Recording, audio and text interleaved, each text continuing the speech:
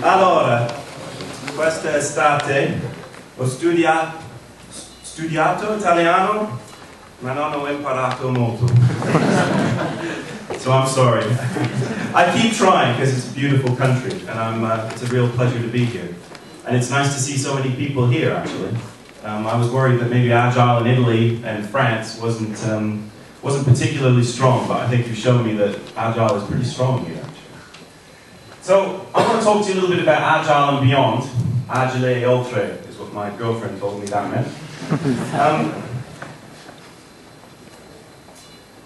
I did manage to get my description of the talk to Marco in time, but this is a little trick that Martin Fowler taught me. He said, try and make your talk as generic as possible, because then you can change your mind if it doesn't work out. So, actually, as it turned out, I'm going to stick to the original topic. So one of the things that I said was, it's now included on CVs and it even appears in job advertisements. Now, I'm not sure what the job sites are in Italy. I was going to check last night and I forgot, so I'm sorry. But I did manage to log on to the UK JobServe, and I searched on Agile, very generic term there, and it told me there's 749 jobs. And these were some of those that came up. That's pretty good, isn't it? 60 to 70K. I don't think you actually get that. They always make it look better than it is. But yeah, they're after an Agile process mentor in the city, and here there's a contract for 500 a day, so if anyone's interested. Agile developer, and look at this one you've got to know Scrum and Extreme Programming, Storyboarding, Test-Driven Development, Iterative Development, Continuous Integration, Paired Programming, must have strong Agile, and the list goes on and on and on. So it really is, everyone's putting it in their CV now. So you might want to think about updating your CV. So, quick question for you. Who here plays golf, or knows someone that has played golf, or someone that plays golf? Put your hands up. Yeah, I've got a few people in here. So what happens if someone's just about to hit the ball, and you say to him, you're standing behind him, you say, don't hit the tree. What do you think happens? Guess where the ball goes, right? It goes right over there. And in fact, I encountered this. I was on a team event with one of the Agile teams that I'd worked with, and there was a part in the course. I'd never played golf before. It was kind of a scramble golf where you hit the ball, or all of your team hits the ball, and whoever gets it closest, you use their ball, and then you keep going. Otherwise, you'll be playing forever. And we got to this point where it wasn't quite like this, but I recall the trees were over here, and there was a road right here, and there was a sign right there that said, "Don't hit the ball on the road." Because there were cars going by. Oh, jeez. If I hit a car, I'm going to be in trouble.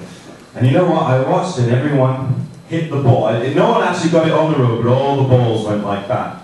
And this is an important point, and I'm going to revisit this over the course of this talk, actually. Because what you really want to do is stand behind the person and say, get it onto the green. Get it right there.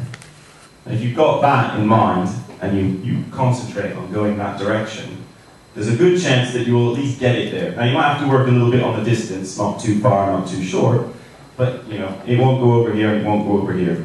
It can go hopelessly wrong, and then you're in trouble. And what this is called, what this is called is appreciative inquiry. And I don't know if any of you have heard of this before, but it's quite an interesting sort of concept. And the idea is that it's the study and exploration of what gives life to human systems. So it's basically when people are at their best, what are they able to achieve? So, you know, although it works in the negative sense, you know, don't hit the ball in the tree, it works in the positive sense, which is hit the ball on the green.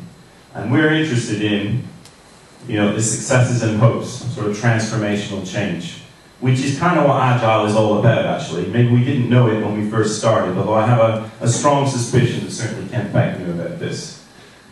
It's not just processes and practices, it's a belief in achievement.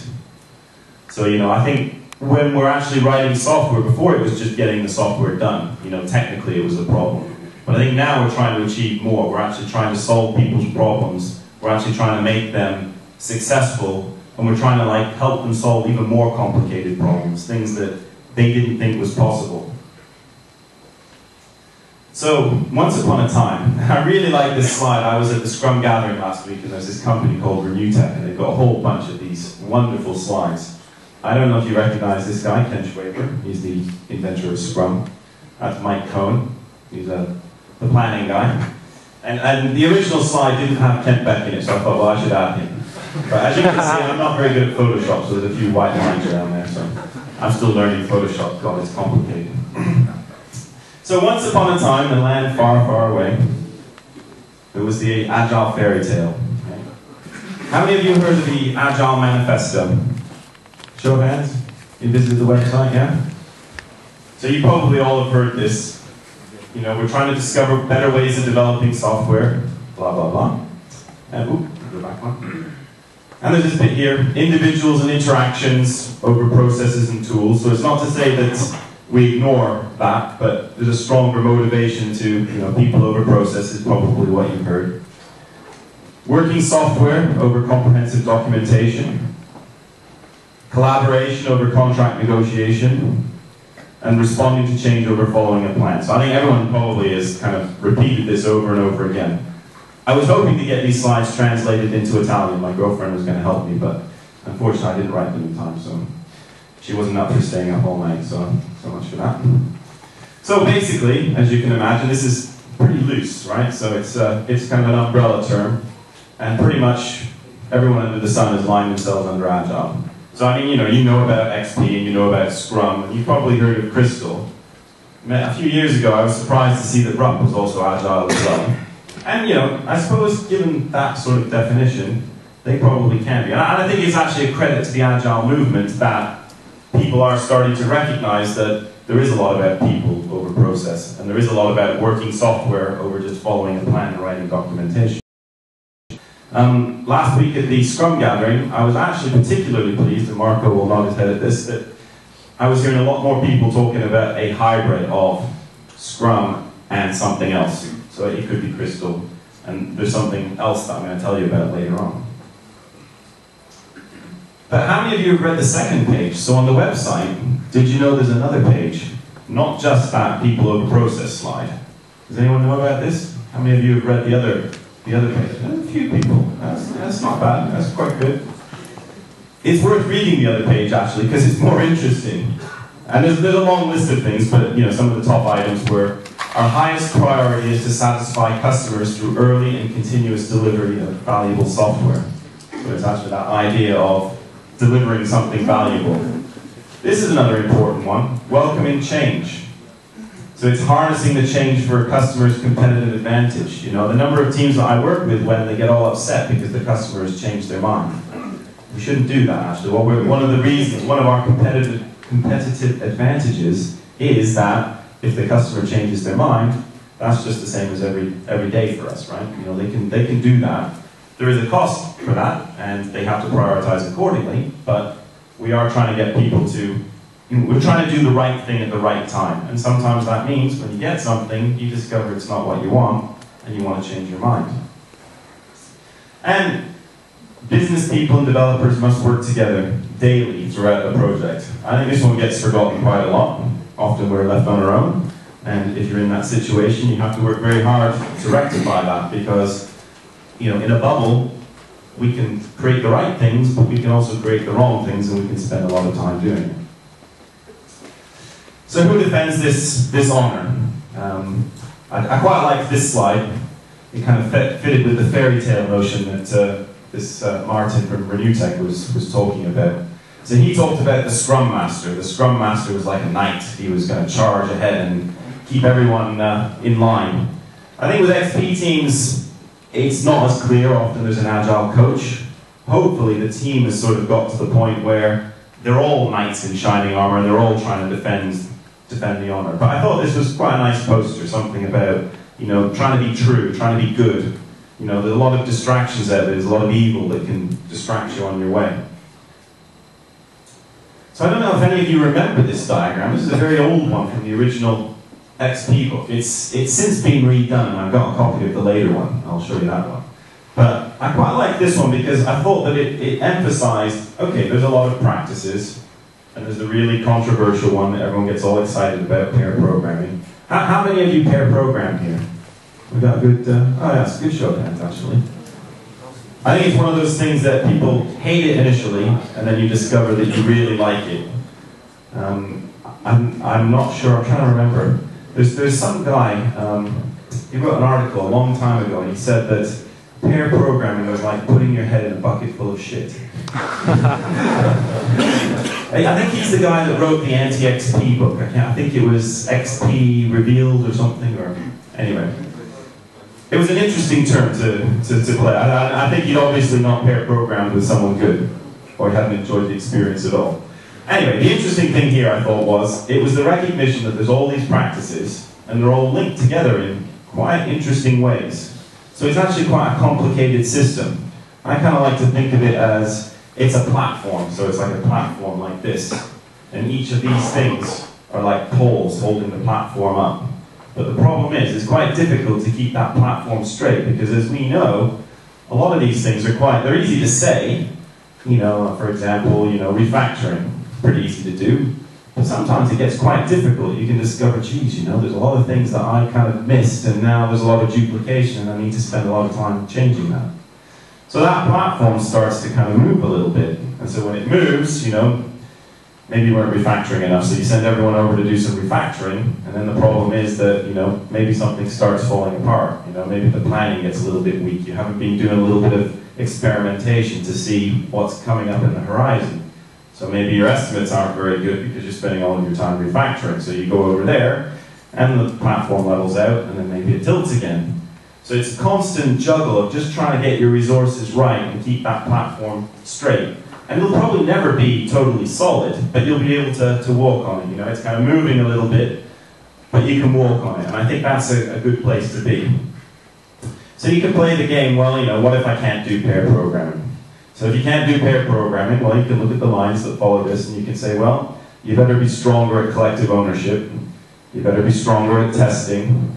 You better have a better vision of what you're trying to do.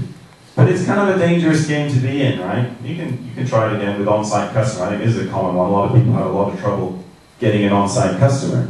So, your planning is going to have to be stronger, and you're going to have a stronger vision of what you're trying to build. And you're going to have to do a lot more testing, right?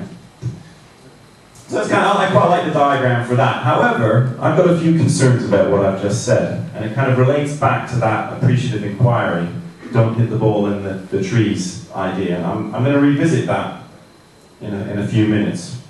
I wanted to tell you something about getting things onto the green. So Marco very kindly mentioned that we came up with this idea called mock objects. And I wanted to tell you a little bit about the history of mock objects, because it was kind of an interesting one. So back in 1999, we sort of started, it was probably the first UK XP team. I was kind of lucky. I'd sort of worked with one of the companies that was one of the original inspirations for XP. It was a company called OTI, who made the Eclipse platform that IBM bought. And the white book wasn't out, but we kind of read a lot of these things, and we heard Kent Beck talk, and so we were trying to write lots of tests. We were getting quite good at writing tests. We were writing lots of them. The problem was, our tests were pretty crappy. And I'll put my hand up and I'll say, when you're starting out, it's hard to write good tests. And the thing that particularly concerned us was we were adding a lot of getters to facilitate testing. So we'd write some code, and then it's like, well, how do we know if it's right? Sometimes the things that we needed to know if it was right, they weren't part of a public interface. They were used internally. But to write our tests, we thought, well, we'll start writing these getters. Let's get on with it. We need to deliver. We've got our velocity to worry about. So we started doing this. And we had a meeting. I think it was an early predecessor to what became the Extreme Tuesday Club. But we didn't have any beer back then, so I wasn't very happy. So we sort of talked about what we were doing. And I remember our boss, John Nolan, the founder of Connextra, and I put the megaphone there because he said it really loud. He said, I don't care what you do, I don't want you to put getters in your code. He said, no. He said, if you're going to do that, you might as well not write any tests at all. He was really, really strong about it. And I think Francesco is going to talk about something similar. He's launching some campaign that I've heard, so I'll tell you about that in a minute. So anyway, we kind of walked away thinking, oh God, what are we going to do? No getters? So we thought, well, we're going to test. Damn it, we're going to write tests because we like this agile thing and we're kind of getting good at it. So we're going to write some tests. And John had sort of given us this vision. He said, well, you know, software is a bit like an onion. There's like little layers, and it kind of goes in and in and in. And he said, you know, you kind of have to think about testing one layer at a time. And that kind of resonated with me, because there's been times when I've sort of gone to test things, and to test something, you have to test everything. And to test everything, you have to get everything working, and so it was like a downward spiral. It was very difficult to write tests. So we started to play around with ideas, and how could we access the functionality inside? You know, if we weren't putting getters, what were we going to do? So we challenged ourselves. We thought about, let's not hit it in the trees, let's hit it in the green, let's stick to our goals. Let's be that knight in shining armor. Let's be true. So we discovered, and I put rediscovered because a lot of people will know this from their object-oriented days, that composition is better than inheritance. So, does everyone know what composition is? Sort of plugging together objects instead of inheriting. There's a slide next that shows that. We also discovered that rich interfaces based on behavior were better. Now this kind of fits well with object-oriented programming, which sadly seems to be an art form that's disappearing these days. I'd like to remind you about that, actually. And we also found that if we started specifying expectations on things, our testing actually became easier, it became a bit clearer. So, who's used mock objects out there? Get a show of hands, a few people? Oh, actually, oh wow, look at this. That's fantastic. So I'm going to go to the next slide really quickly. For those of you who didn't put up your hand or you're a bit shy, I'll just show you this quick diagram. So, what we were getting at was, we were trying to write a test, and maybe the test was from some object that we called an agent or something. You know, that was kind of the example. This is a stock buying example. So the idea is that you want to test the agent, so your test does something against an instance of the agent. And then this is what became interesting to us as we were talking about not putting getters on things. We said, well, if this agent is supposed to act with a stock exchange, maybe we could write a pretend stock exchange, and we could set an expectation that we expected it to be called with 5 buys. So this was actually the idea of composition, that an agent would actually have a stock exchange and maybe a bank account. We'd set that expectation, and if it passed, we'd get like a little bit further on our green bar. And if it passed, we would answer a value, say £5,000. And then we'd expect that £5,000 to then be pushed over to the next guy, the mock bank account. And again, he would have an expectation that £5,000 would be, he'd be asked to debit £5,000. So it was all about objects and their interactions with one another. And I find that today this is a bit of a lost art because people don't seem to be thinking about objects and interactions. Now, you guys have all put up your hands. I would imagine that you don't have this problem, so I'm really pleased about that. But when you actually look at a lot of teams who are just starting Agile, or you know, maybe they just come into Java because they've seen those salaries that I showed you at the beginning of the presentation, and they said, oh, I want to do this too. And they don't have objects and they don't have interactions, and it becomes a lot harder to write tests. And people start getting a bit confused about what they are trying to test. And of course, yeah, if all that passes, you'll get a check box. You know, your green bar will go. The other important thing is if any one of these things fails, it'll fail exactly at the right time, so you get the error message. And in the early days, we really concentrated on getting those error messages right, because a number of times that something failed and I didn't know why, and so we had to launch the debugger and go through it. It was very boring. So we actually said, okay, well let's get the error messages right. And I think that the newer libraries these days are much better at that. So I made a quick reference to the lost art of CRC cards and the loss of objects. How many of you do CRC card workshops? Is that something that a few people do? I can see one hand here, two. I think maybe this is something that a few people know, and a few of you might be scratching your heads. So I'll just explain it to you quickly. So one of the things that's interesting, if I go back to this, how did I get those objects? How did I know what to test? Did I, you know, it's kind of like, you know, did I do a big design up front? And in the early work of Kent Beck and Ward Cunningham was at Xerox. And they came up with this really simple idea, and in fact this is where this whole index card thing came from. They took index cards and they said, well, let's pretend, you know, I'm the agent, you're asking me to buy some shares, so what do I do? Who do I need to know? So you look around and you think, oh, well, you know, I need to know you. What's your name? So Ward would kind of grab a card and he'd say, oh, I'm the exchange. So he'd say, hey, Mr. Exchange, I want you to buy 5 shares for me. And so Ward would kind of write down on his card over here, oh, okay, so I need to buy. So in order to buy, I need to know certain things, and maybe I need to know about someone else, and he'd ask someone else. And so that's where these diagrams come from. And it sounds kind of stupid, and it sounds very simple, but it's actually a very important point, because that's where your design comes from. So I encourage you to download the original paper if you've not heard of it, or if you have heard of it and you've kind of forgotten about it, try it again. Sit down with people and actually try passing messages around. Try pretending to be the objects. Because we observed when we were at Connextra that when we saw junior programmers, and I put that in brackets, struggling with a test, I'd see someone, oh, they've been working a while, or someone else might come along and see someone. The main reason that they were struggling was they failed to understand what object they were testing. So they didn't know they were testing this anymore. They kind of started testing something else or something else. And when you're not clear about that, you start getting into problems. And in fact, in many instances, they'd forgotten what they were testing. They'd sort of gone off on one and they were writing code for something else. And it's not just junior programmers that do this. I think we can all sort of put up our hands and say, there's times when I've been completely lost. And that's the time to remember your old friends, the CRC cards. In fact, this can work on an even bigger scale. You can actually get your whole team up here, give them a card, and say, okay, let's act. Let's pretend to be the system, and actually walk through it. So someone's like passing a message over to this guy, and he's looking over to this guy to see what he should do.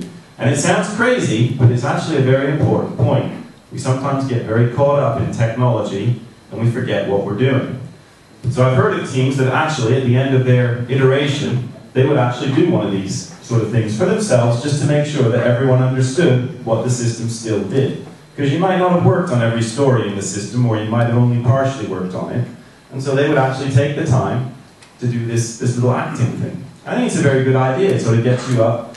And it's quite instructional. I know in the early days of, I think what was called the OT conference, it's now called SPA. It's in London. It's in Oxford, normally. There was a guy who did the similar sort of thing for EJBs. And those were complicated, the home interface and finding who knows who. And he actually got people to come up and act it out. And it was actually very good. So it's a good little tip for everyone to remember. So, the evolution of mocks. So, we didn't just kind of create it instantly. Like I said, it was sort of one of those things where we were trying to shoot for the green. We didn't want to hit it in the trees, but we needed to kind of just bootstrap what we were doing. So we started out with those simple expectations. And I remember the early examples of this were those little objects. It was an expectation count, because we found that in our tests, we had an instance variable and it was a counter. So every time something got called, we did the I++ business. And at the end, our test would be assert that, the counter equals 5, because we expected 5 calls. And after you've done that for about 20 tests, your refactoring practice should kick in, and you should start thinking, I seem to be doing this a lot, so I'm going to be a good agile person, I'm going to refactor it. So we came up with an expectation count. And then we were writing some other tests, and it came out that we needed to know that there was a sequence of events that happened. So, maybe there was, a trade called apples and a trade called bananas, and we needed those to happen. So we quickly came up with what was an expectation list. And again, the error messages kicked in, because it was quite interesting to know that if you were expecting apples and then bananas, if you got apples and then oranges, oranges doesn't equal bananas, and so your test should fail. So at first we didn't have the right error messages, and we would sort of start tracing through our code, and eventually we came to the conclusion that it was a good idea to have a good error message. It saved us a lot of time. So then, that was the very, very early days, and then we came up with, it was a colleague of mine, Ivan Moore. I don't know if any of you know Ivan. He's quite a grumpy fellow. He says he puts the T into test-driven development, and what he means by that is, whenever he writes a test, he likes to get up and have a drink of tea. So that forces you to take a break when you're with Ivan. So he created this thing called MockMaker. And so the idea was that in order to do a lot of this kind of testing, you end up thinking about the interfaces between objects. And so once you've got an interface, you can start generating some of these things just by inferring the types. So he created this thing called MockMaker. Then we moved on, so I think the Java 1.2 came out with reflection. So we could use reflection then to create things without having to generate actual code. Sometimes it was a little bit harder to debug and understand what was going on, and around that time something called EasyMock came out. But again, what these people were doing was thinking, well, you know what, I'm just not going to let testing get in the way. I'm going to be successful at testing, and I'm going to help it improve my design. And then JMock came out, so I don't know, many of you might use JMock, and I think EasyMock updated as well, to kind of make it even more clear about what we were testing. As you can see, I'm sort of going up the hierarchy here. I think we're kind of about here, we're getting a little bit fat. We've got JMock 2, Java 5, it's all getting bigger and more complicated. I don't know what happens next. Hopefully not.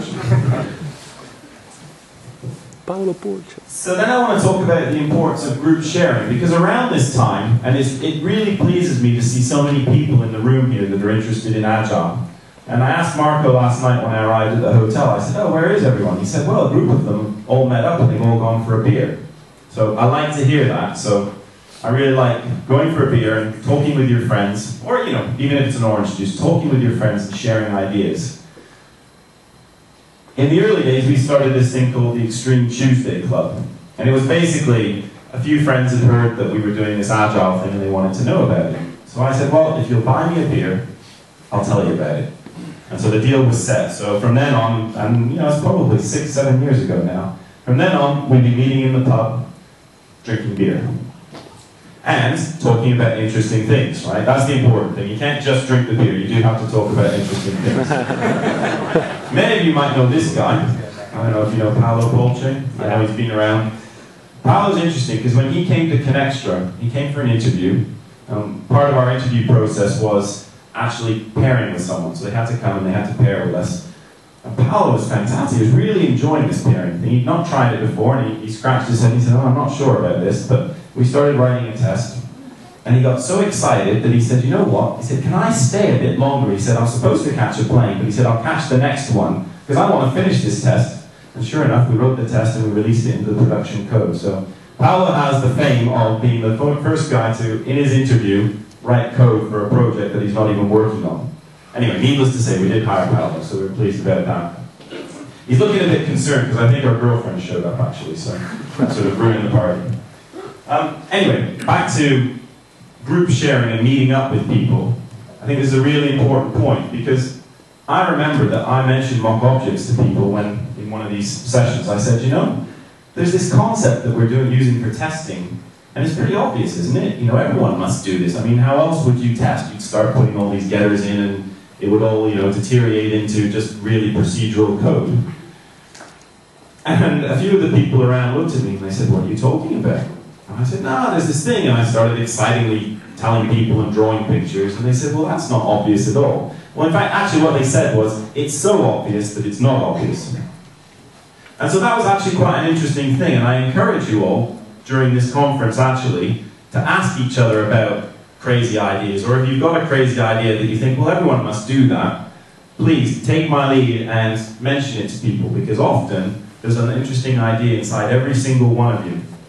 And there's some open space sessions that I know Marco told you about, and in those open space sessions, I'm sure some of you have got some fixed ideas about things that you want to talk about, and you might know something, maybe it's something about mock objects, and you see me and you think, well, I can't possibly talk about mock objects because Tim's here.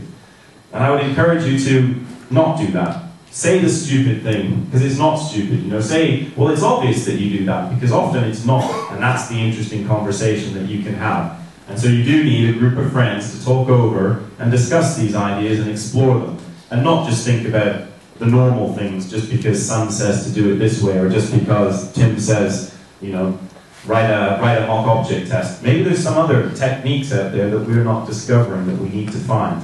So again, I'm encouraging you not to hit the ball into the trees, but to look further, to actually try and hit further out. So yeah. So the other thing that came out of that was, because we got lots of people interested in it, we started to see lots of other libraries. So there's a guy in Germany that wrote EasyMock, and Steve and Nat Price, friends of mine, actually wrote JMock too. So it's kind of beyond one person, it's now lots of people.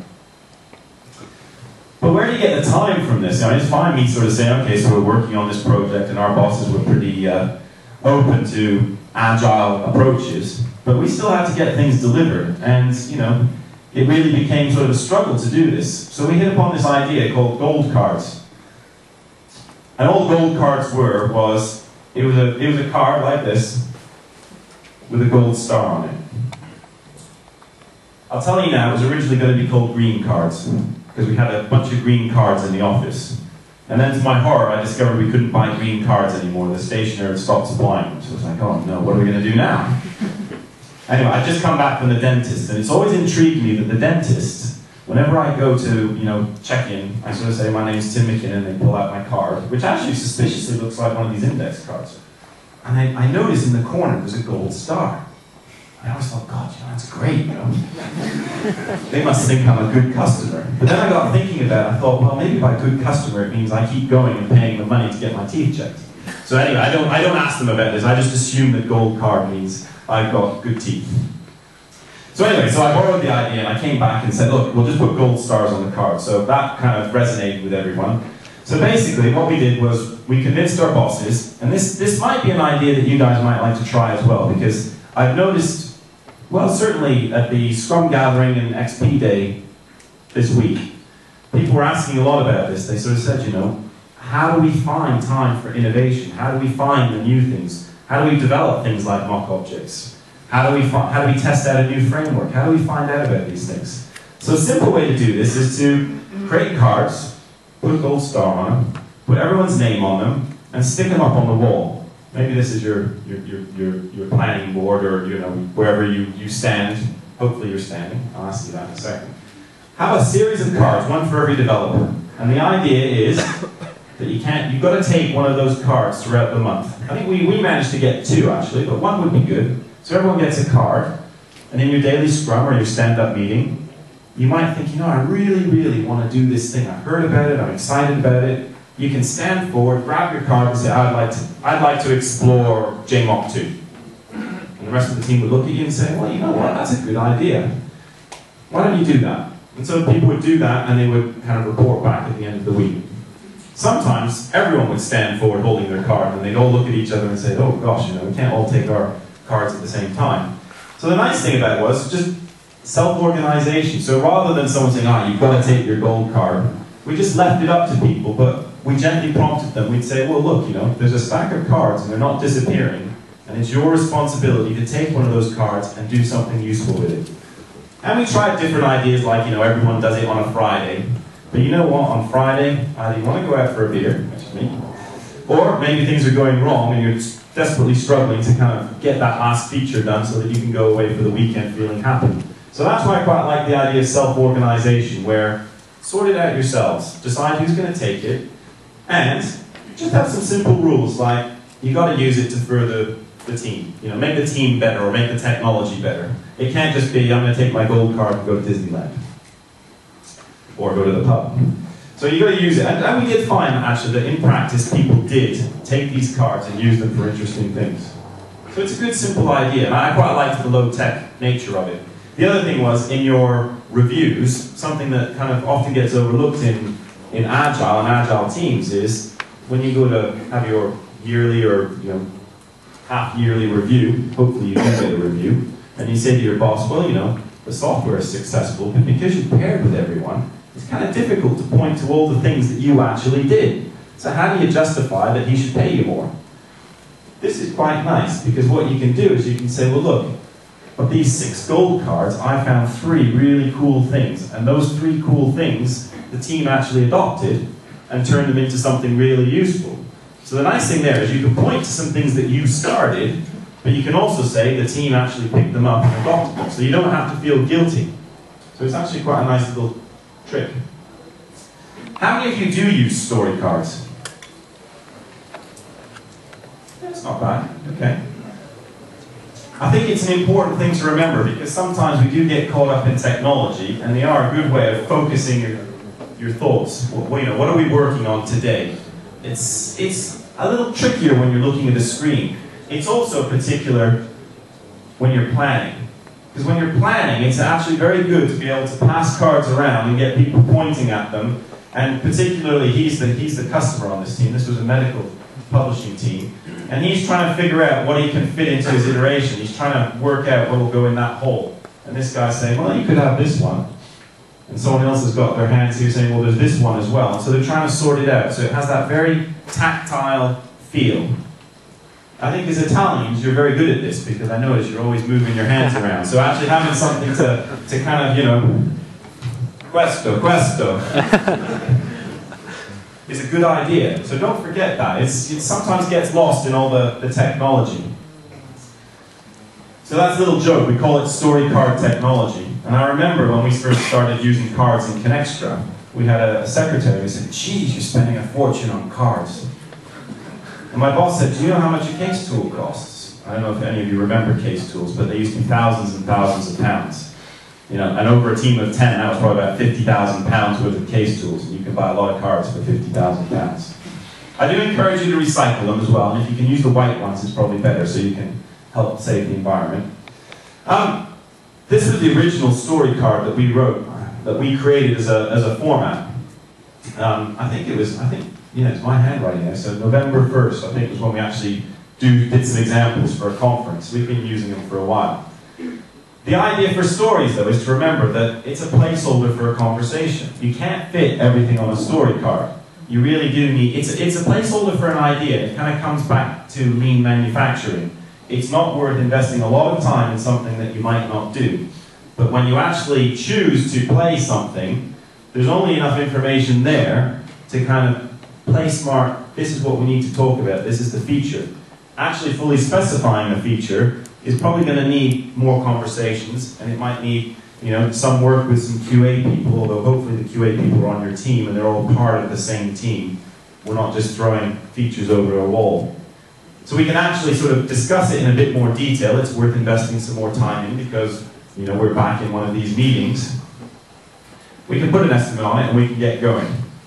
We kind of came up with this idea that you had a title, and then we had something, you know, as a, I want, so that. Originally, I think we called them requirements and reasons, but I think the modern terminology now is as a role. So, you know, as an advanced user, I want to save my bookmarks so that I can frequently visited sites, something like that.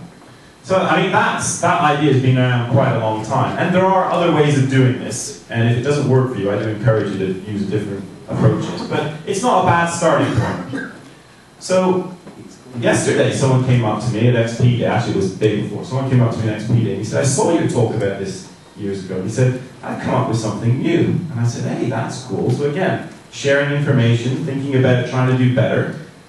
He said, so he had this favorites idea. He said, you know, so I've been using your, you know, as I want, so that. So he wrote a card like that, nice slide. This guy's name is Mackinnon, and he kindly sent me a slide. And he said, you know, you write some tests. So, you know, in creating the card, you said, you know, I want to select some favorites, edit some favorites.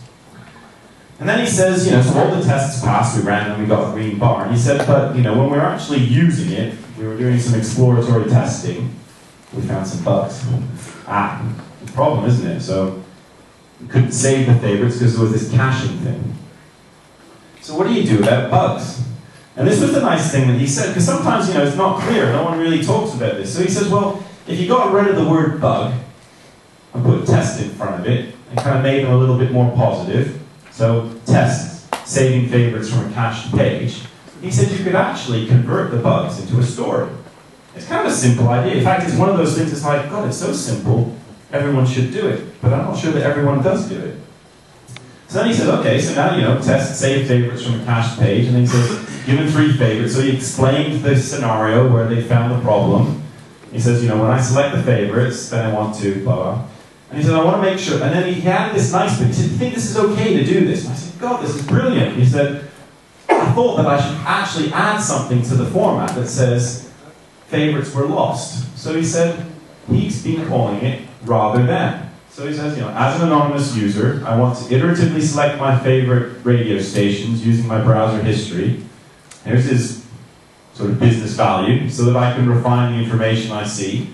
And then he added, this is the bit to stop you repeating the bug, rather than losing all of my favorites. I thought that was actually quite a nice thing. So you could actually take that card and put it back in your iteration. So now it just becomes something normal. Rather than having a bug tracking system, just stick with cards and features that you can prioritize against one another. So I thought that was actually quite a nice little thing, and I wanted to bring it to show you guys. But these are the kinds of things that come out when you're having conversations with groups of people like today. There aren't any excuses not to have cards. A lot of people sort of say, but you know, we've got people in different regions, and so how can we possibly have the cards? So we've got to do it all electronically. And I think you just have to be careful with that, because I see no reason why you can't print out some cards for your local team, look at them, and then, you know, work on them, pass them around, do that Italian kind of questo thing, yeah? There's a lot of tools out there that will print cards for you. And I was in the duty-free yesterday, and I saw this neat thing here. I don't know if you can see it. It's a little printer. And I thought, wow, that's kind of cool, isn't it? Because in the office, I've used these big ones here. I don't know if you see the big Xerox things. And you can actually shove cards in the side, and you can get them to print out. So I thought, I wonder if this thing would actually print. So, have I got enough time? I think I'm all right with time, actually. Yeah, so I tried it once this morning and it worked, but you know, in the course of the demo, I'm sure it's one of those things that won't work. But let's have a go here. So here's my little. So I've got a little tool, and there's a number of them out here. So I'm going to pick a card here, and I'm going to try and pick print. And it says slow dark. I'm just going to check the preferences because I'm not sure if it's picking the right size thing. So let's try print here. So I press print. And it's flashing, it says printing. There was a little sticker on this screen actually. I hope I haven't thrown it in the bin because I wanted to show Marco because I think it's a picture of his daughter. I was really surprised. It was his daughter staring at me. So I don't know if you've seen Marco's baby girl. I think she's here today, so you might be able to see her. Anyway, something is happening here, so I'll leave that going. So, I mean, these are just little sort of printers, and I don't think you'd want to do a professional thing with this, but I think it just kind of drives home the idea that it is possible to have story cards and print them out. And I've seen a lot of teams do this very successfully. So now you can print out those cards and you can stare at them. And the other little trick I've got for you, hang on a second, just grab some of my back.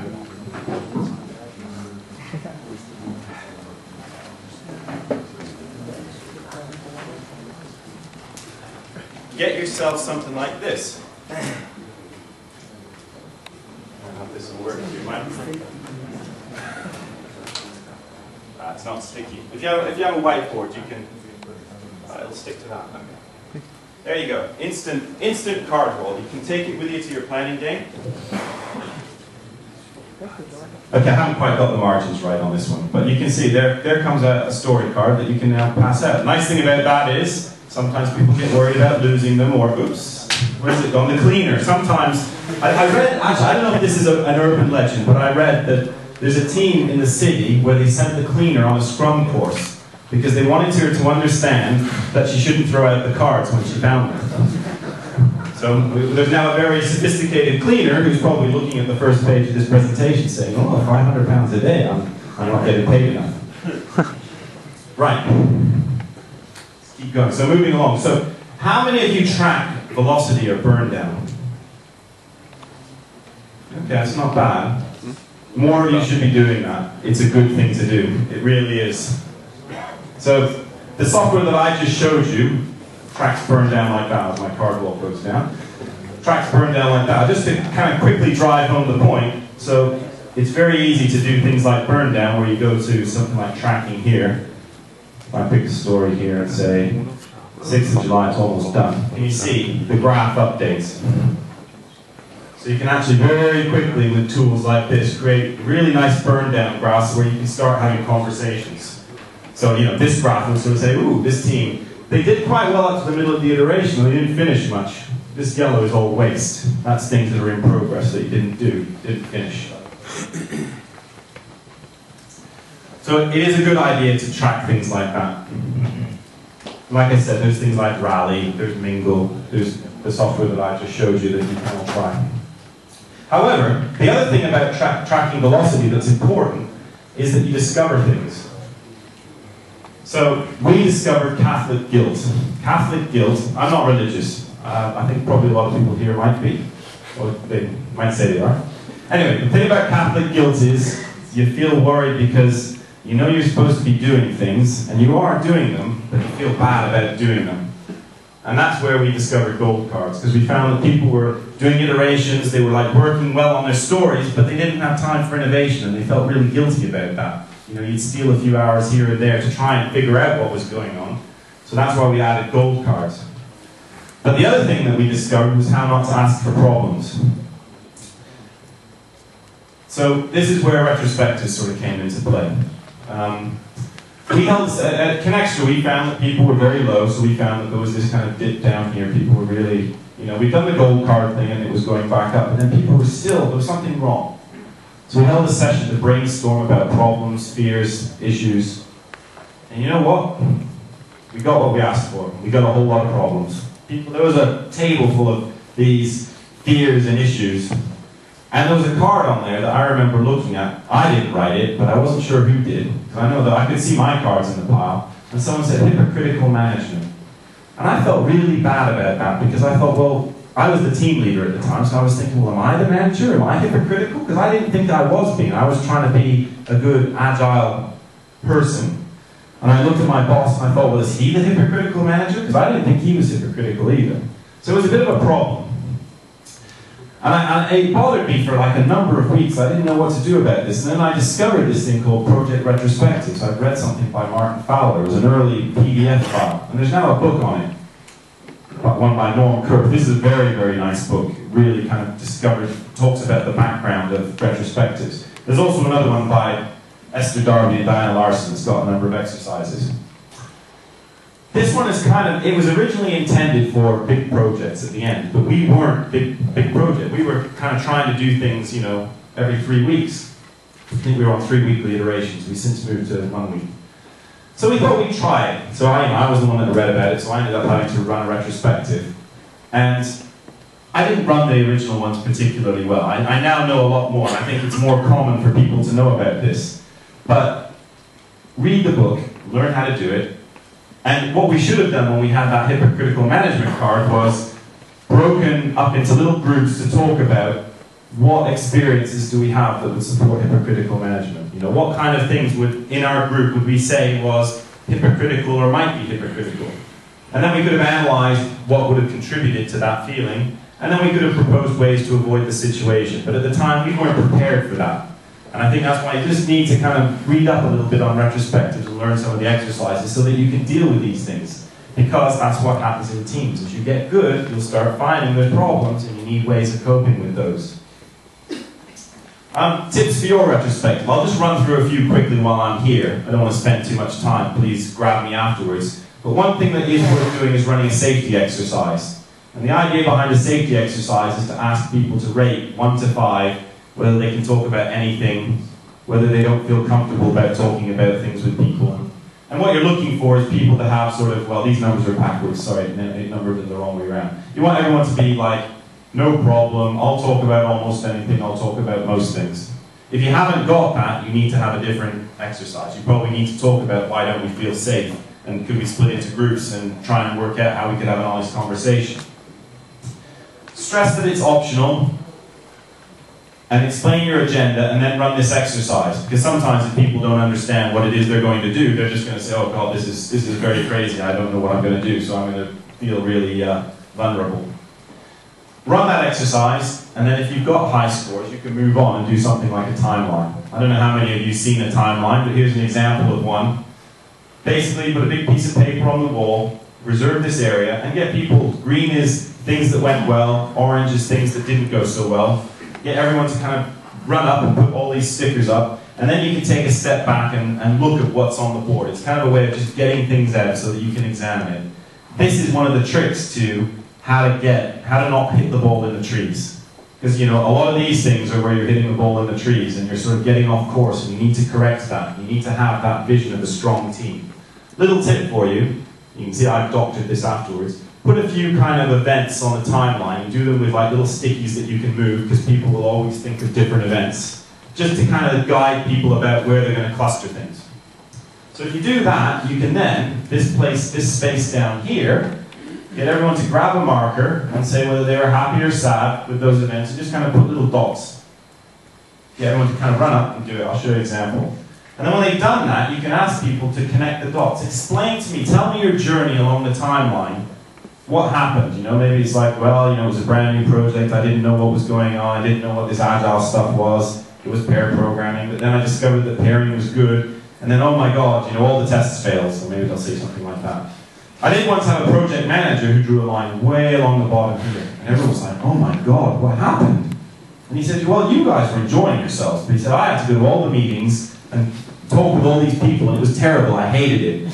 And the team felt really bad about that. And so they actually, one of the suggestions that came out of that retrospective was that they would pair with the manager and go to the meetings with him, sort of feel the pain, give him a person to kind of check ideas with. So it'll look a bit like that, you can sort of see it. So that's a nice simple exercise just to kind of get you going on retrospectives. There are other exercises. Another one is to just get the team to draw pictures. So this is actually a happy team. There's a smiley face, there's a rocket ship. So that's how they drew their project. But the number of, I didn't actually have the pictures with me, but the number of times I see roller coasters and ghosts and things like that where people are upset. And those are things to look out for, because then again, you're hitting the ball in the trees. You're not thinking positively. You've got to unbreak some of the problems, remove some impediments. And this here's an interesting one here. This is a way of looking at people's skills so that you can talk about a conversation. So this is a Belgian test, and we got people to run the test. And then they could like discuss how each of their skills contributed to the team. So that's another good exercise. And by all means, ask me about these over the course of the day. So that one kind of hints at something that I call practicing happiness.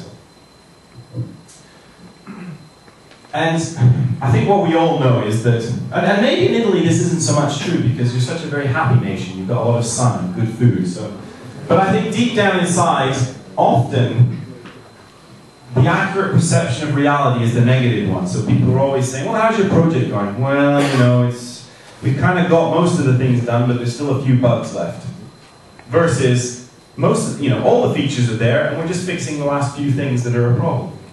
Right? So, if we kind of try and break that, we often find that by being positive and honest, people are a bit suspicious of you. It's like, that's not normal. You know, we're supposed to kind of look at all the problems, because, you know, the managers, they want to know what the problems are. They don't want to know all the great things that you've done.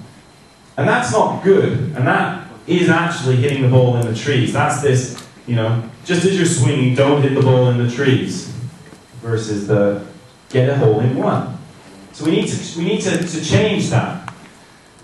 And one of the exercises that I found that has been really useful, and I'm sorry that this is non-technical stuff, because I'm sure there's a lot of technical people in the crowd here, but this is the kind of stuff that over and over again, the technical things are quite easy, we're quite good at those. These are the hard things. And the hardest bit is this 5-to-1 ratio of appreciation to criticism. And I want you to kind of think about that, because, you know, when you're in your stand-up meeting or you're pairing with someone, it's very easy to tell people about all the things that they do wrong. It's not so easy to tell people, hey, that was a really nice thing that you're doing. I know the guys at Mondoro have got a little system to track this. They give each other points, reward points. So they've got a little budget. And I think there is someone from Mondoro that will tell you about this, where they can actually say, you know, that was so good, I'm going to give you 10 new points. And they collect those things and they bank them and they do interesting things with them. But it is this sort of idea. You should try and give people lots of positive feedback. Tell them all the good things that they do. And yeah, every once in a while there is something that needs improvement, but it's a lot easier to say those things when you've talked about all the good things that they've done. So I'd like you to kind of take that away from this talk and really try and be positive with each other. But appreciation does need to be genuine, because people will know if you fake it. You know, if you just sort of say, oh yeah, nice haircut. You know, it's not really going to cut it. So it means you need to kind of look around and spot the things that people are doing well. Maybe it was a good test. Maybe it was that they spotted something to refactor. Maybe it was the update they gave in the stand-up meeting. Tell them. There's this wonderful book called Time to Think. It's actually a hard book to get, and it might be very difficult for you to get in Italy. If you have trouble, maybe you can contact me and I'll see if we can get you a copy. Anyway, this woman says that the reason that this is so hard is that we do a very bad job of receiving feedback. So someone will say to you, hey, that was a great piece of refactoring you did. And you might say, it was nothing. Forget it. And by doing that, you're dismissing what someone has actually taken time to do. This 5-to-1 ratio is hard. So when you're actually trying to give people feedback, if someone says to you, it was nothing, that kind of diminishes what you've done. So you shouldn't do that. It's kind of an insult, and it inhibits good thinking. It inhibits that hole-in-one sort of attitude. So if there's one thing that you take away from today, get good at saying thank you. Look someone in the eye and say thank you. I'm glad that you noticed that. Yeah, it's good manners, and it really does make a difference. And I know that we did this exercise when we were in Connextra, we were in a room, and I've not got a lot of time, so I was going to get you all to look at each other and say something nice. And try looking someone in the eye and saying thank you, because it's damn difficult. But you need to practice it. You need to get good at it, because that's what makes good teams. And you can do some graphing on this. You can sort of get used to giving each other feedback and explain, there were these QA guys and they weren't very good. So the team started giving them feedback and sort of saying, look, it's great that you've written these tests, but these are some better ones that you can do. And so they slowly got it better and better, and we measured that. So that's kind of an interesting little experiment to do. So I want to revisit this knight in shining armor about upholding the values. So there's this idea that that was supposed to kind of show you the difference between XP and Scrum practices. So the newer XP diagram, not that sort of one with the crossing lines. You go to Ron Jeffrey's side, he's got these concentric circles. And there's a lot of stuff in XP. In fact, a lot of people quite like Scrum because it's just kind of these 5 things, which it shares with XP. But there's also a lot of substance inside XP that is actually very hard. It's hard to do all of these things. A lot of you will know, simple designs, pair programming, test-driven development. Hey, customer tests, man, that's difficult. Using fit, using some of those things. Getting it right is hard. So there's a popular methodology about, and it's called Scrum Butt, or XP Butt. And Scrum Butt is, well, I'm doing Scrum, but I'm not actually having any stand-ups. Right? Same XP Butt. I'm doing XP, but I'm not doing any pair programming. That's don't hit the tree. Same thing. No customer tests, don't hit the tree. And the problem with that is you're not taking advantage of this positive reinforcement. And when XP first came out, a lot of people said, it's really bad that people are saying you're not doing XP because you're not doing all of these practices. Don't tell me what I have to do. I think it's interesting to think, well, I'm going to try and do all of those things. Because the thing about appreciative inquiry is, it's based on the idea that when you look at these practices, you think, well, they're actually in themselves reasonably easy to do. I could actually imagine myself doing those. And appreciative inquiry is about that. It's looking at the kinds of things that you're good at, or that you possibly could be good at. And once you've done that, it suddenly seems like, well, you know what? It's not that hard to do all of them. If I can do a few of them, how hard can it be to do all of them? That is the get the hole in one, hit it in the green, think a bit better. And what you find is a lot of the good agile teams, and there's, I look around, I see a few faces that I recognize, this is the kind of thing that they've done. They've said, I'm going to try and do all, I might not be good at them. I might, have to come up with something that is trying to improve that, but I'm going to do it. And so it's aspirational, and by being aspirational, you can achieve a lot more. So don't, it's easy to convince yourself that you can't do things. And when you convince yourself that you can't do things, the ball goes in the woods, the ball hits the tree, right? So think about all the things that you can do and really try to do them. I sort of here's my crappy graphics again. But anyway, the idea was, hit it beyond, try and think, the path down there. Not only can you do these things, you can do even more. So that's the idea, sort of, dream about what could be possible, and then come up with some way of achieving those. And that's what XP did very cleverly.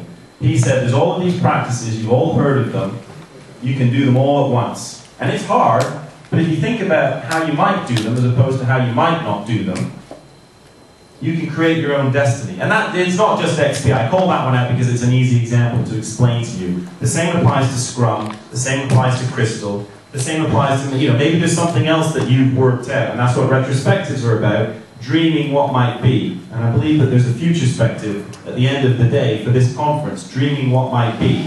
And then you can set your own destiny. I just want to leave you with one final thing. Something that's it's been kind of boring the last little while in terms of process, and there's XP, there's a few other things, but there's nothing being sort of interesting that's questioned what might be. What would be the design, what might be. So there's this interesting thing called Kanban. I don't know how many of you have heard of Kanban. Anyone heard of Kanban? There's a few.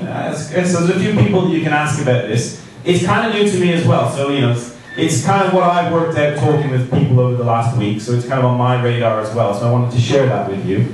The guy named David Anderson, he wrote the book Agile Project Management, and you can look him up on the web and you'll see his blog. Based very much on lean manufacturing principles, and his idea is to reduce the work in progress. So he's, when I talked about the cards, and they're just a placeholder for a conversation. The moment that conversation starts, so you start filling in the details, the clock starts ticking. And then you're interested in the cycle time between when you started fleshing out a card, because you're going to work on it, and when it actually gets delivered. So he doesn't track velocity, he just tracks the time for features to be completed. And he does this by having a fixed job queue of 20 cards, that's all you can have at any one time. And they don't bother estimating things, they just have the queue, and they just track these things. And they sort of, I think pink means impediments. And so the idea is it's a pull system, so you're pulling cards through the system. So it's a different way of thinking about a process. I don't think it's a million miles from XP done well, in that for XP the limiting factor is your velocity. They've simplified it a bit by just saying, well, 20 cards. Sounds interesting to me, and I think it's something that I might actually try, and maybe it's something that you might want to try as well. But again, I think it's back to that, don't hit the ball in the tree. Think positively, think about things that you could do. So I guess my question now is, where will your journey take you? And I'm hoping that today will give you some ideas to share some information, maybe spot those little ideas that you think were stupid that are maybe really good, and maybe there's something you think, I can do that too, and maybe you can convince yourself that you can. So that's it for me, so thank you very much, enjoy your day, and by all means, speak to me in Italian.